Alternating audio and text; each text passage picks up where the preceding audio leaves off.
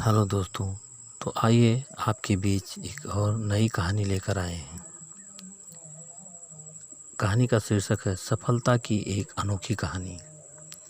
किसी ने क्या खूब कहा है कि खुदी को कर बुलंद इतना कि खुदा भी आकर पूछे, बता तेरी रजा क्या है।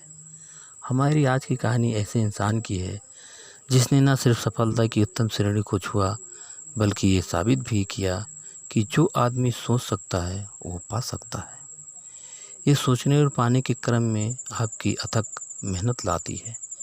घर से गरीब और बेहद कठिन परिस्थितियों में जीने वाले प्रदीप ने मात्र 22 साल की उम्र में भारत की सबसे प्रतिष्ठित परीक्षा आईएएस को अपनी मेहनत के दम पर पास की। ये कहानी शुरू होती है आज से ठीक 3 साल पहले।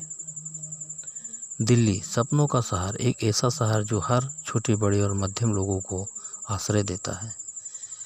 यह कहा जाता है कि जो दिल्ली में आकर बसा गया, दिल्ली उसी की हो गई। इसी ताने बाने के साथ मात्र 20 साल का नौजवान 2017 में इंदौर से दिल्ली आया। आंखों में सुनहरे सपने और कुछ पाने की जिज्ञासा थी उसके मन में।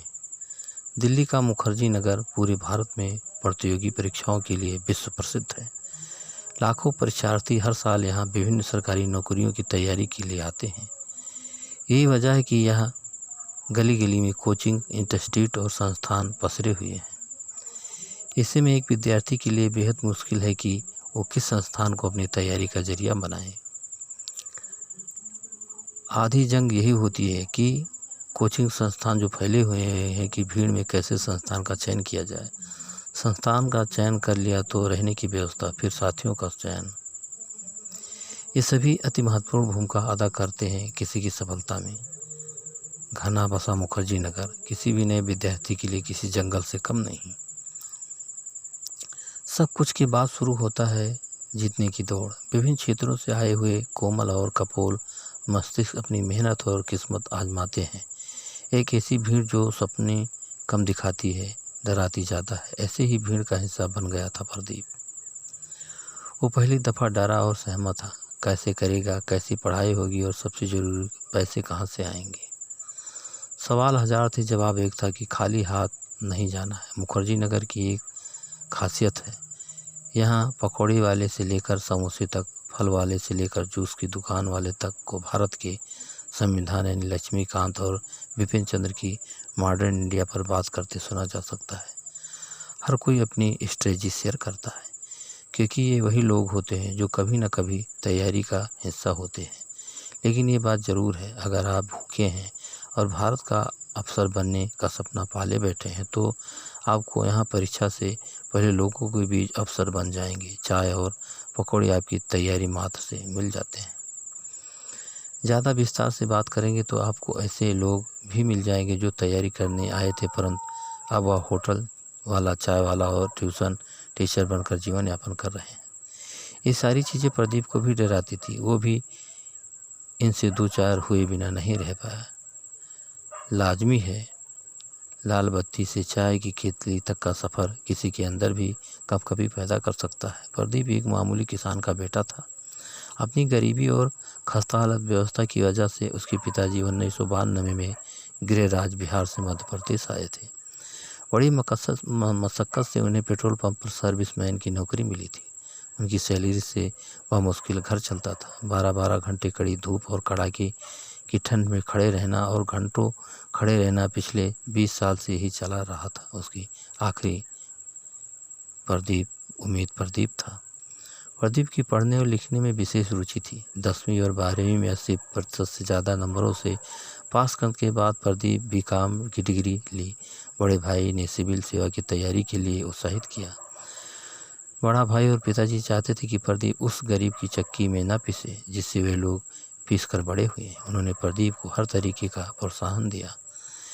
एक वक्त ऐसा आया जब प्रदीप की कोचिंग के पैसे नहीं पा रहे थे। पिताजी को गांव की पुश्तैनी ज़मीन बेचनी पड़ी। इंदौर का घर गिरवी रखना पड़ा। उन्होंने काम के घंटे बढ़ा लिए ताकि ज़्यादा पैसा आ सके और प्रदीप सुकून से पढ़ पाए। प्रदीप जानता था कि उसके पास लौटने का रास्ता नहीं है। अगर वो नाकाम हुआ तो पूरा परिवार सड़क पर आ जाएगा, क्योंकि ना मकान बचेगा और ना इज्जत। उसने न भूख की परवाह की और न ही नींद की। 12-12 घंटे पढ़ा, कभी कभी पूरी रात यूं ही किताबों के साथ गुजारा करता था। उसने किसी चीज़ की परवाह नहीं की। पुश्तैनी ज़मीन बिकने का दर्द और लोक लज्जा उसके दिलो दिमाग पर हावी थे। वो जानता था कि अगर वो सफल ना हुआ तो गांव नगर के लोग कोस कोस के उसे जीने नहीं देंगे। पिताजी का धूप में जलना शरीर और माँ के आंसू ने उसे कभी चैन नहीं लेने दिया।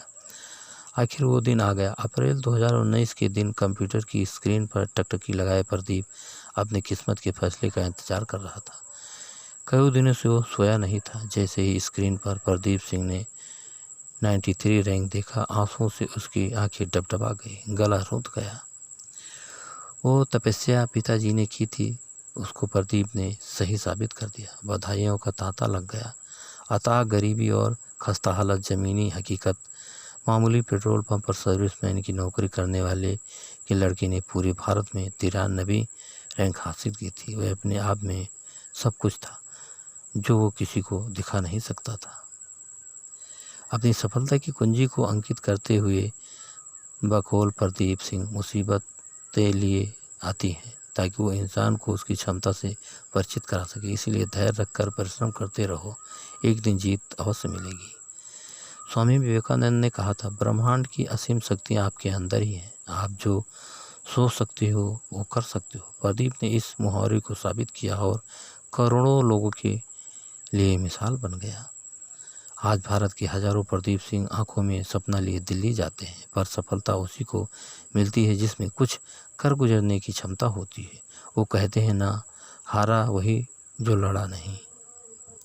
तो दोस्तों, आपको कहानी कैसी लगी हमें कमेंट करके ज़रूर बताना। और दोस्तों, अगर अभी तक आपने हमारे चैनल को सब्सक्राइब नहीं किया है तो प्लीज़ हमारे चैनल को सब्सक्राइब कर लीजिए, जिससे इसी तरह आपको अच्छी मोटिवेशनल स्टोरी मिलती रहे। तो अगली कहानी में फिर मिलेंगे, तब तक के लिए नमस्कार।